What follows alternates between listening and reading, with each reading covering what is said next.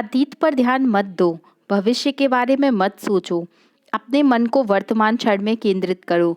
ये हैं गौतम बुद्ध जी के विचार। और इसी के साथ शुरू करते हैं हम आज का करंट अफेयर 26 और 27 फरवरी का करंट अफेयर। आज का फर्स्ट क्वेश्चन है, विश्व पुस्तक मेले का आयोजन कहाँ किया जा रहा है? तो जो विश्व पुस्तक मेला है इसका आयोजन नई दिल्ली के प्रगति मैदान में किया जा रहा है, जो कि 25 फरवरी से स्टार्ट होगा और कब तक चलेगा? 5 मार्च तक चलेगा। आप सभी जानते हैं कि इस वर्ष हम आज़ादी का 75वां महोत्सव मना रहे हैं, इसीलिए इसकी जो थीम है वो है इंडिया @75। ये याद रखिएगा, पूछा जा सकता है। और इसका उद्घाटन किसने किया? तो राजकुमार रंजन सिंह जी, जो कि वर्तमान राज्य शिक्षा मंत्री हैं, उन्होंने इसका जो विश्व पुस्तक मेले है इसका उद्घाटन किया है।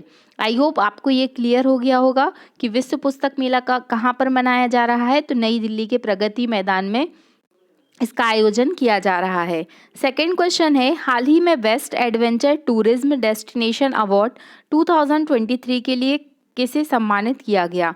अब ये नाम से ही समझ में आ रहा है कि बेस्ट डेस्टिनेशन टूरिज्म के लिए कौन सा जो स्थान है वो बहुत बेस्ट है, तो वो है जम्मू एंड कश्मीर। तो 2023 के लिए जम्मू कश्मीर का चयन किया गया है और 2022 के लिए उत्तराखंड का चयन किया गया था। तो आपको दोनों ही याद रखना है, आपके एग्जाम में कोई भी पूछा जा सकता है। अब बात जम्मू कश्मीर की करते हैं, तो जम्मू कश्मीर में कौन सा गार्डन है? ट्यूलिप गार्डन, बहुत ही फेमस गार्डन है यहाँ का। और जम्मू कश्मीर का जो इतिहास है एक बहुत ही प्रसिद्ध बुक है, उसमें मिलता है। आपको कमेंट बॉक्स में लिखकर बताना है। और जिसके राइटर हैं राज तरंगिनी, तो राज तरंगिनी ने कौन सी बुक लिखी थी ये आपको कमेंट बॉक्स में लिखकर बताना है। हम देख सकते हैं, हमने फर्स्ट क्वेश्चन पढ़ा था new Delhi world book fair, यहाँ पर 25 फरवरी से 5 मार्च तक इसका आयोजन किया जाएगा। और ये है जम्मू कश्मीर में। जम्मू कश्मीर की एक लेक भी बहुत फेमस है, आपको उस लेक का नाम कमेंट बॉक्स में लिखकर बताना है। थर्ड क्वेश्चन है, हाल ही में सुप्रीम कोर्ट ने न्यूट्रल साइटेशन को लॉन्च किया। देखिए ये थोड़ा समझने वाला क्वेश्चन है। आप जानते हैं आर्टिकल नंबर 129 में अभिलेख न्यायालय का वर्णन मिलता है। अब ये अभिलेख न्यायालय क्या होता है? तो जब भी सुप्रीम कोर्ट के द्वारा कोई भी जजमेंट दिया जाता है तो उसको एज अ रेफरेंस रखा जाता है कि उसी टाइप का कोई केस आता है तो जो सुप्रीम कोर्ट ने इसके पहले जजमेंट दिया था उस केस को, मतलब उस केस के जो वर्डिक्ट हैं उसको लिया जा सकता है। तो सुप्रीम कोर्ट के द्वारा जो DY चंद्रचूड़ जी वर्तमान में 50वें नंबर के चीफ जस्टिस ऑफ इंडिया हैं, उन्होंने कहा है कि जो भी फैसले हैं उनका एक तर्कपूर्ण सुनिश्चितीकरण किया जाए कि अगर इस टाइप का कोई मामला आता है तो इस जजमेंट को एज अ रेफरेंस लिया जाएगा। इसीलिए ये शुरू किया गया है कि इसका नाम क्या है? Neutral citation. तो ये आप अपनी आंसर राइटिंग में भी लिख सकते हैं। जब भी आपको जुडिशियल कुछ इनोवेशन का ऐसा कुछ क्वेश्चन आता है तो आप वहाँ इस आंसर को, इस करंट अफेयर को पुट कर सकते हैं। तो याद रखिएगा, आपसे यहाँ से पूछा जा सकता है कि वर्तमान में जो चीफ जस्टिस ऑफ इंडिया है वो कौन है? तो उनका नाम है DY चंद्रचूड़। और 129 आर्टिकल में क्या मेंशन किया गया है? अभिलेख न्यायालय का वर्णन किया गया है। ये आपको याद रखना है। अब अभी बात करते हैं सुप्रीम कोर्ट की। ये बताया गया है, ये DY चंद्रचूड़ जी हैं जो वर्तमान में चीफ जस्टिस हैं, न्यूट्रल साइटेशन सिस्टम। और सुप्रीम कोर्ट ने अभी अपना पहला स्थापना दिवस मनाया था 4 फरवरी 2023 को, जिसमें सिंगापुर के जो CJI थे उनको इनवाइट किया गया था। तो आपको याद रखना है कौन से नंबर का स्थापना दिवस सुप्रीम कोर्ट ने बताया है, ये आप मुझे कमेंट बॉक्स में लिखकर बताएंगे। ई निरीक्षण पोर्टल में 4 भाषाएं हमने पढ़ी थी, जिसमें उड़िया है, राजस्थानी है, और भी 2 भाषाएं हैं जिनमें क्या दिया जाएगा? गुजराती है। जजमेंट दिया जाएगा, जो रीजनल लैंग्वेज है उसमें सुप्रीम कोर्ट अपना जजमेंट देगा। तो इतने फैक्ट आपको इस क्वेश्चन से रिलेटेड पता होने चाहिए। नेक्स्ट क्वेश्चन है, डेजर्ट फ्लैग एक्सरसाइज भारतीय वायुसेना की एक्सरसाइज है। तो इसमें कौन कौन सा देश भाग लेगा? मतलब भारत और UAE, संयुक्त अरब अमीरात के बीच में ये एक्सरसाइज होने वाली है। किसकी एक्सरसाइज है? तो वायुसेना की एक्सरसाइज है, ये भी याद रखिएगा। और भारत और UAE के बीच में होने वाली है desert flag exercise. Next question है, राजस्थान के किस जिले में 14वां राष्ट्रीय संस्कृति महोत्सव का आयोजन किया जाएगा? अब बात हो रही है यहाँ पर राष्ट्रीय संस्कृति महोत्सव की, तो इसका आयोजन किया जाएगा बीकानेर में। बीकानेर कहाँ आता है? तो राजस्थान में आता है। बीकानेर की मिठाइयाँ, बीकानेर की जो स्वीट्स है वो काफ़ी फेमस हैं, आपने खाई भी होंगी। और बीकानेर से एक और क्वेश्चन आ सकता है कि अंतर्राष्ट्रीय ऊंट महोत्सव का जो आयोजन है वो कहाँ पर हुआ था? तो वो भी बीकानेर के अंतर्गत किया गया था। और जो ऊंट के ऊपर जो चित्रकारी की जाती है, जो सुंदर सुंदर पेंटिंग बनाई जाती हैं, उस आर्ट को क्या कहा जाता है? उसे कहा जाता है पुस्तकला। तो ये भी याद रखिएगा, ये भी आपसे पूछा जा सकता है। ये है डेजर्ट फ्लैग एक्सरसाइज, जो किस किस के बीच में है? भारत और यूएई के बीच में होने वाली है, इसको याद रखिएगा। और यहाँ पर बात की जा रही है राष्ट्रीय संस्कृति महोत्सव, इसका आयोजन भी 25 फरवरी से 5 मार्च के बीच में बीकानेर राजस्थान में किया जाएगा, जिसमें भारतीय संस्कृति, भारत का जो कल्चर है उसको प्रदर्शित किया जाएगा। तो ये आपको याद रखना है। फिर एक और महत्वपूर्ण क्वेश्चन, एक नाम आपने सुना होगा, एक इंस्टीट्यूट है FATF। What is the full form of FATF? तो FATF का फुल फॉर्म होता है फाइनेंशियल एक्शन टास्क फोर्स। अब ये FATF का काम क्या होता है? तो FATF एक ऐसी संस्था है जितने भी जो देश आतंकवाद को प्रमोट करते हैं, उनको फंडिंग करते हैं, उसको ख़त्म करने के लिए ये संस्था काम करती है। जैसे कि पाकिस्तान, हम अपने पड़ोसी देश से इसका एग्जाम्पल समझ सकते हैं। पाकिस्तान, अफ़गानिस्तान, जो आतंकवाद को प्रमोट करने वाली कंट्रीज़ हैं उनको ब्लैक लिस्ट, ग्रे लिस्ट में डाला जाता है।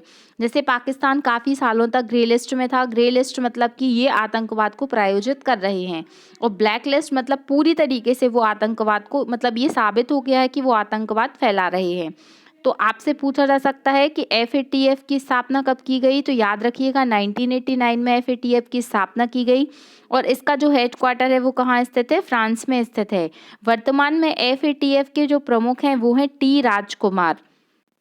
और अभी FATF ने किसकी सदस्यता रद्द करने की बात की गई है? तो वो है रूस। अब ऐसा क्यों हुआ? तो आपको पता होगा कि 2022 से लेकर 2023 तक फरवरी में क्या हुआ है, 1 साल यूक्रेन और रशिया के वॉर को कंप्लीट हो चुका है। तो ऐसा बोला गया है कि रूस ने बहुत अधिक विनाश किया है, आतंकवाद को भी कहीं ना कहीं रूस पनाह दे रहा है, इसलिए रूस को हटाया गया है। तो अब ये क्वेश्चन बन सकता है कि FATF में पहले कितने सदस्य थे? 39 थे। अब अगर आप इसको रूस से बाहर निकाल देंगे तो वर्तमान में 38 कंट्री FATF के सदस्य बचेंगे। आई होप आपको पूरा FATF याद हो गया होगा। एक बार हम फिर से रिवाइज करते हैं। फाइनेंशियल एक्शन टास्क फोर्स, इसकी स्थापना 1989 में की गई, हेडक्वार्टर फ्रांस में है।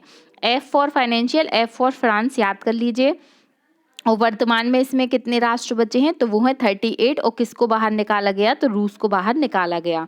आई होप आपको ये एकदम याद हो गया होगा। आपको मेंस में 3 मार्कर में भी FATF पूछा जा सकता है, तो ये भी याद रखिएगा। नेक्स्ट क्वेश्चन है, ये देख सकते हैं आप, पाकिस्तान को हर साल 74,000 करोड़ रुपए का नुकसान होता है, क्योंकि पाकिस्तान जो था वो क्या था? ग्रे लिस्ट में शामिल था। नेक्स्ट क्वेश्चन है, मेन होल की सफाई के लिए बैंडिकूट रोबोट लॉन्च करने वाला पहला राज्य कौन सा बना है? तो ये क्या है? मेन होल, जो सीवेज होता है उसकी सफाई करने के लिए, जैसे आपने पुराने समय में सुना होगा मैला ढोने की प्रथा, तो ये बहुत ही बुरी प्रथा थी, वर्तमान में प्रचलित नहीं है, बट फिर भी कहीं कहीं पर इसका उपयोग किया जाता है कि इंसान को ये साफ़ सफाई करने के लिए यूज़ किया जाता है। तो मैन होल की सफाई करने के लिए बैंडिकूट रोबोट, ये बैंडिकूट जो रोबोट है ये ह्यूमन की तरह ही काम करेगा, लेकिन इसका यूज़ किया जाएगा मानव के स्थान पर। तो ये केरल की पहल है और ये बहुत ही अच्छी पहल है। अगर ये काम अच्छे से करती है तो बाकी स्टेट भी इसको अपना सकते हैं। तो याद रखिएगा, बैंडिकूट रोबोट जो है ये किसने लॉन्च किया है? तो केरल की गवर्नमेंट ने ये लॉन्च किया है। आप देख सकते हैं ये बनाया हुआ है इन लोगों ने, जो इंजीनियर्स हैं। बैंडिकूट रोबोट है जो क्या करेगा? साफ सफाई के लिए यूज़ होगा। नेक्स्ट क्वेश्चन है, हाल ही में Bharat the agriculture innovation mission for climate शामिल हुआ है। मतलब एक मिशन है जो कृषि के लिए, इनोवेशन के लिए, कृषि में तकनीकी के लिए, the agriculture innovation mission for climate, इसमें भारत शामिल हुआ है। तो इसमें पहले से कौन कौन से देश हैं? तो ये USA और UAE, मतलब जो अमेरिका है और संयुक्त अरब अमीरात पहले से इस मिशन में शामिल था। वर्तमान में हमारा प्यारा भारत देश इस मिशन के अंतर्गत शामिल हुआ है, क्योंकि हमें क्या करना है, कृषि को बढ़ावा देना है, कृषि में तकनीकी का विकास करना है ताकि एग्रीकल्चर का बहुत अधिक विकास हो सके। तो इसको भी याद रखिएगा। नेक्स्ट क्वेश्चन है, हाल ही में भारत का ड्रग कंट्रोलर जनरल किसे नियुक्त किया गया है? तो वो किया गया है राजीव रघुवंशी। अब ये ड्रग कंट्रोलर का क्या काम रहता है? तो देखिए, जब भी कोई दवाइयाँ मार्केट में आती हैं तो उसकी पहले कई बार टेस्टिंग की जाती है कि उससे किसी को कोई नुकसान तो नहीं होने वाला है। तो वही काम किसका होता है? उसके जो प्रमुख होते हैं वो ड्रग कंट्रोलर होते हैं। तो राजीव रघुवंशी जी को अभी इस पद पर नियुक्त किया गया है। नेक्स्ट क्वेश्चन है, किस भारतीय फिल्म को HCA में बेस्ट इंटरनेशनल फिल्म का पुरस्कार मिला है? तो वो मिला है RRR को। ये मूवी बहुत अधिक चर्चा में रही है। अभी ऑस्कर में भी इसका जो नाटू नाटू सॉन्ग है वो नॉमिनेट हुआ है। आई होप कि इस बार भारत में एक ऑस्कर तो मिलना ही चाहिए, उम्मीद भी है ऐसी। अब देखते हैं, मार्च में अनाउंस होंगे अवार्ड। तो ये आपको याद रखना है कि HCA में सर्वश्रेष्ठ इंटरनेशनल मूवी का अवार्ड मिला है RRR मूवी को। अभी हमने पढ़ा था कि RRR मूवी का जो नाटू नाटू सॉन्ग था, जिसे हिंदी में नाचो नाचो बोला जाता है, उसको कौन सा अवार्ड मिला था? उसको मिला था गोल्डन ग्लोब अवार्ड। ये भी याद रखिएगा, आपसे पूछा जा सकता है। आज का क्वेश्चन ऑफ द डे है कि 22वें विधि आयोग के अध्यक्ष कौन है? ये आपको कमेंट बॉक्स में लिखकर बताना है। ये हमने परसों के करंट अफेयर में डिस्कस किया था। तो आई होप आपको याद होगा, ये हैं ड्रग कंट्रोलर जो रघुवीर जी बने हैं। और RRR मूवी को क्या मिला है? अभी HCA बेस्ट इंटरनेशनल मूवी का अवार्ड मिला है। अब हम इसके पहले वाला करंट अफेयर रिवाइज करते हैं कि CGA गिरीश चंद्र मुर्मू जी को किस अंतर्राष्ट्रीय संगठन का क्या है परीक्षक बनाया गया है? तो वो बनाया गया है ILO का, international labour organisation. Next question पढ़ा था हमने कि अफ्रीका महाद्वीप के किस देश में एनाफिलीज स्टीफेंसी मलेरिया प्रजाति की जानकारी मिली है? तो वो मिली है केन्या, नैरोबी में। इसको भी याद रखिएगा। संगम योग का जो साहित्य संग्रहालय है, किलादी साइट संग्रहालय, वो कहाँ बन रहा है? वो बन रहा है तमिलनाडु में। नेक्स्ट क्वेश्चन था, संगीत नाटक एकेडमी फेलोशिप के अंतर्गत कितनी पुरस्कार राशि दी जाती है? तो संगीत में 3 शब्द आ रहे हैं, तो ऐसे याद कर लीजिए कि 1 2 3, मतलब 3 लाख रुपए इसमें पुरस्कार राशि के रूप में दिया जाएगा। मुंबई के चर्चगेट स्टेशन का नाम क्या रखा गया है? तो CD देशमुख। चर्चगेट पे जाके हम क्या करेंगे? अपने देश को याद करेंगे। तो CD देशमुख जी के नाम पर क्या है? चर्चगेट का नाम रखा गया है।